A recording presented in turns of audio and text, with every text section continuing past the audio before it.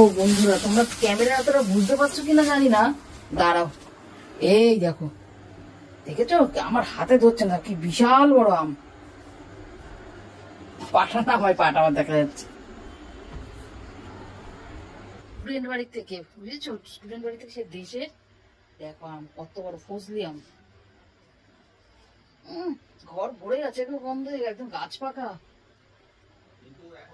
কত সুন্দর। আমি ঠাকুরকে দিতে পারি না, জানো তো, এত ফল আসে আসে। শশা, শাকালু, তারপরে সবেদা, পেঁপে, তারপরে তোমার ওই খেজুর, এইগুলো দিই, পাকা পেঁপে এগুলো দিই। ওই মা সন্তোষী আছে তো, দিতে পারি না। দেখো আমটা কি ভালো, দেখো। ওই মন্দিরে দিয়ে আসি। খুব সুন্দর আমটা, ওদের দেশের বাড়ি থেকে পাঠিয়েছে তোমার দাদার কাছে। ওই যাদের গৃহপ্রবেশে গিয়েছিলাম না,